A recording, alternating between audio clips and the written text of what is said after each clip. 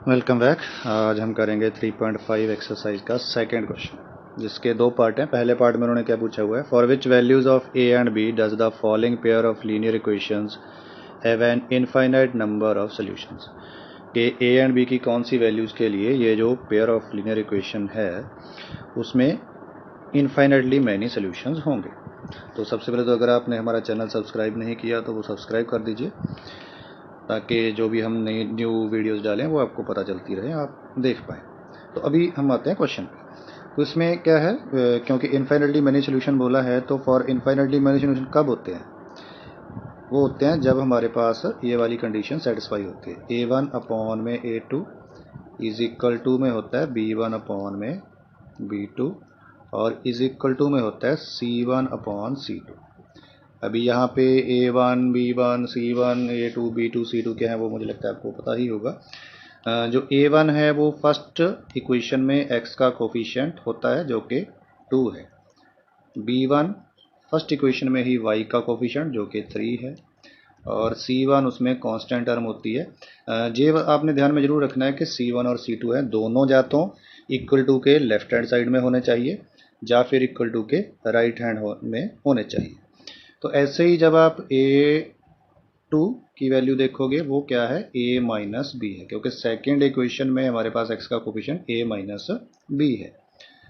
ऐसे ही जो B2 है उसकी वैल्यू क्या है, A प्लस बी, और जो C2 है उसकी वैल्यू क्या है, 3A प्लस बी माइनस 2। तो ये सारी वैल्यूज़ हम इस जो हमारी कंडीशन है इनफाइनाइटली मैनी सॉल्यूशन के लिए, इसमें हम ये वैल्यूज़ पुट कर देंगे। तो वैल्यूज़ पुट करने पे अभी हमारी A1 की वैल्यू क्या है, 2 है। तो A1 की जगह पे हम 2 पुट कर देंगे, और A2 की जो वैल्यू है वो है A minus B is equal to में B1 की वैल्यू 3 है, और जो B2 है उसकी वैल्यू है A प्लस बी, और इज इक्वल टू में C1 इसकी वैल्यू 7 है, और जो C2 है उसकी वैल्यू हमारे पास क्या है, 3A प्लस बी माइनस 2। तो सबसे पहले आप कोई भी दो जो टर्म्स हैं उनको इक्वल टू रख सकते हैं। तो इसके लिए मैं जो पहली दोनों हमारी टर्म्स हैं उनको इक्वल रख रहा हूँ। 2/A minus B is equal to 3K में A प्लस बी। तो यहाँ से जब आप क्रॉस मल्टीप्लाई करोगे तो 2 से क्या मल्टीप्लाई हो जाएगा, हमारा A प्लस बी है जो वो मल्टीप्लाई हो जाएगा, और इज इक्वल टू में 3 और ब्रैकेट में A माइनस बी। तो जब ब्रैकेट आप ओपन करोगे 2 को A से करोगे 2A और B से करोगे तो 2B इज इक्वल टू में जब आप ब्रैकेट ओपन करोगे 3 को A से करोगे 3A माइनस B से करोगे तो माइनस का 3B। तो अभी हमने क्या करना है, A वाली टर्म्स को एक साइड पे इकट्ठे करना है और B वाली टर्म्स को एक साइड पे इकट्ठे करना है। 2A यहीं पर रहेगा, ये जो 3A है ये शिफ्ट होके इस तरफ आ जाएगा। तो हमारे पास आ गया 2A माइनस में 3A हो गया क्योंकि उस तरफ वो पॉजिटिव का था, इज इक्वल टू में अगर आप देखोगे हमारे पास जहाँ पे क्या था, माइनस का 3B एज इट इज रहेगा, ये जो 2B है ये उस तरफ चला जाएगा। तो माइनस का 3B वो जो वहाँ पे था 2B वो इस तरफ आके नेगेटिव का हो गया। अभी ये पॉजिटिव है ये नेगेटिव है तो क्या हो गया, माइनस का A रह जाएगा, क्योंकि नेगेटिव वाली वैल्यू बड़ी है, सब्ट्रैक्ट हो गया उसका ही साइन लगेगा। इन दोनों का साइन क्योंकि सेम है तो इसीलिए ऐड हो जाएंगे और साइन वही रहेगा, मीन्स माइनस का 5B। अब नेगेटिव से नेगेटिव साइन कैंसिल हो जाएगा, मतलब A की वैल्यू जो है वो आ गई 5B। अभी हम क्या करेंगे, जो हमारे पास यहाँ पे थर्ड टर्म बनी हुई थी इक्वल टू वाली, यहाँ पे मतलब ये वाली, इसको हम इनमें से किसी के भी इक्वल रख लेंगे। वो आप फर्स्ट के भी रख सकते हो, सेकंड के भी रख सकते हो। तो मान लो हम फर्स्ट के को रख रहे हैं तो 2 तो A माइनस बी है, 2/A minus B is equal to 7K में हमारे पास इस तरफ क्या था, वो था हमारे पास 3A plus B minus 2, 3A plus B minus 2। ये वैल्यू हमने कहाँ पे पुट कर दी, इसमें पुट कर दी। तो जब हम इनको आगे अभी क्रॉस मल्टीप्लिकेशन करके वैसे ही सॉल्व करेंगे, 2 को 3A से मल्टीप्लाई करोगे तो 6A हो गया, बी से करोगे तो 2 भी हो गया, -2 से करोगे तो -4 हो गया, और 7 को इनसे मल्टीप्लाई जब आप करोगे तो ये क्या हो जाएगा 7a - 7b। अभी इनको एक साइड पे इकट्ठे कर लो, 6a + 2b। ये जो 7a पॉजिटिव है इस तरफ आके माइनस का हो जाएगा, ये जो 7b है वो इस तरफ जाके प्लस का हो जाएगा, ये 4 को आप दूसरी तरफ लेके जा सकते हो, उस तरफ जाके ये पॉजिटिव का हो जाएगा। तो अभी 6a - 7a तो क्या रह गया, वो माइनस का a रह जाएगा सब्ट्रैक्ट होके। ये 2b और 7b दोनों पॉजिटिव हैं तो क्या बन जाएगा, वो 9b हो जाएगा इज इक्वल टू में 4। तो अभी माइनस का साइन एज इट इज, ये वाली जो a की वैल्यू हमने निकाली है वो यहाँ पे पुट कर देंगे, वो क्या है 5b + 9b is equal to 4। यहाँ पे हम रीजन क्या लिखेंगे, यूजिंग 1, मतलब जो फर्स्ट इक्वेशन है वो उसकी जो वैल्यू थी उसमें a की, वो वाली यहाँ पे हमने सब्स्टिट्यूट कर दी।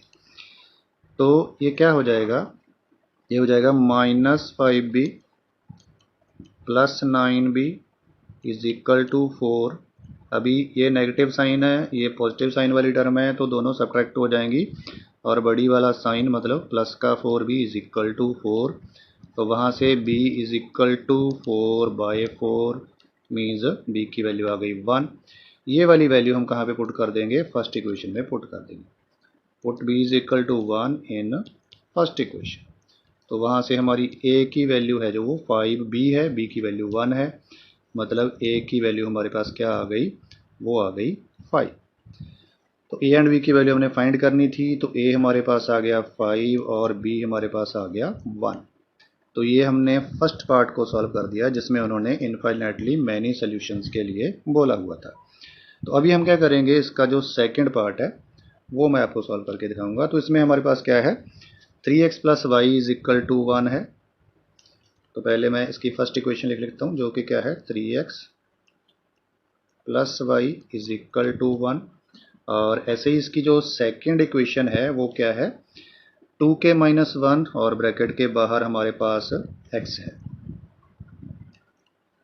2k - 1 और ब्रैकेट के बाहर हमारे पास x है, फिर प्लस का साइन, फिर हमारे पास ऐसे ही जो y का कोफिशिएंट है वो क्या है k - 1 है, तो उसकी वैल्यू यहाँ पे पुट कर देंगे।